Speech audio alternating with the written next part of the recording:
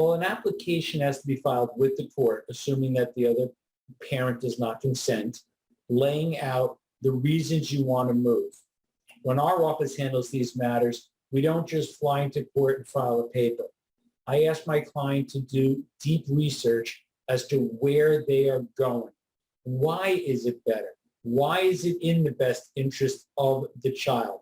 What can we do to facilitate a different but healthy parenting time schedule with the parent that's staying in New Jersey?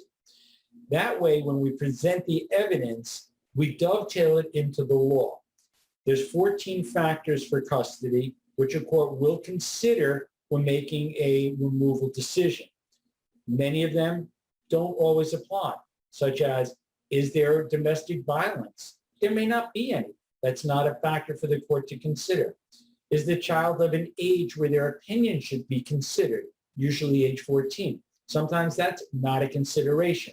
So we tailor our argument with the research, the evidence about the town, the home, the proximity to relatives, the job of the parent, proximity to schools, the quality of the schools, extracurricular activities, all these types of things to best position the client to make their argument to the judge that it is in the child's best interest to make this move.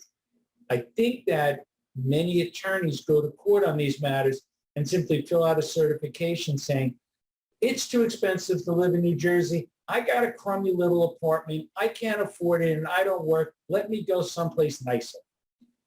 You see, that's not the law. And while it might sound good on paper, hey, the kid's going to have their own bedroom. The kid's going to be 2 blocks from school. This is nice. The reality is, where's your evidence?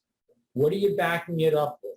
What is the impact on the other parent? And most importantly, what is the impact on the child to be so separated from their other parent? These are the kind of motions that you want to meticulously prepare because you're going to get one solid shot at proving your case.